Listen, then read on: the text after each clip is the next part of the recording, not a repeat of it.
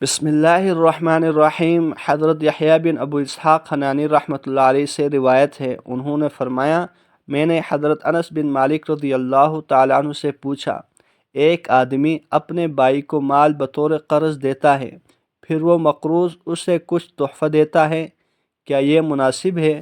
انہوں نے کہا، رسول اللہ صلی اللہ علیہ وسلم نے فرمایا، تم میں سے کوئی شخص جب کسی کو قرض دے پھر مقروض اسے تحفہ دے یا سواری کے لیے جانور پیش کرے تو قرض خواہ کو چاہیے کہ وہ اس پر سواری نہ کرے اور نہ وہ تحفہ قبول کرے سوائے اس کے کہ ان دونوں میں سے پہلے سے تحفہ تحائف کا یہ سلسلہ جاری ہو۔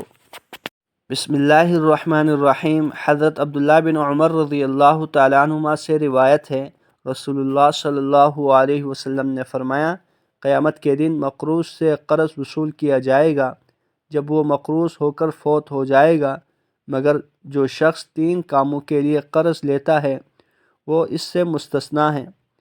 وہ شخص جس کی اللہ تعالیٰ کے راستے میں جہاد کرنے کی قوت کم ہو جاتی ہے تو وہ اللہ کے دشمن اور اپنے دشمن کا مقابلہ کرنے کی طاقت حاصل کرنے کے لیے قرض لیتا ہے۔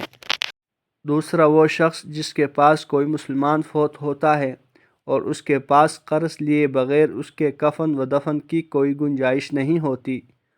اور تیسرا وہ شخص جسے اپنے بے نکاح رہنے کی صورت میں گناہ میں ملوث ہونے کا خطرہ محسوس کر کے اللہ سے خوف آتا ہے اور وہ اپنے دین میں خرابی کے ڈر سے قرض لے کر نکاح کر لیتا ہے۔ اللہ تعالیٰ قیامت کے دن ان 3 قسم کے افراد کا قرض ادا کر دے گا۔ اللہ جل شانہ سے دعا ہے ہم سب کو جتنے احادیث مبارکہ پڑھی سنی ان پر عمل کرتے ہوئے دوسروں تک پہنچانے کی توفیق عطا فرمائے۔ جزاکم اللہ خیرا کثیرا۔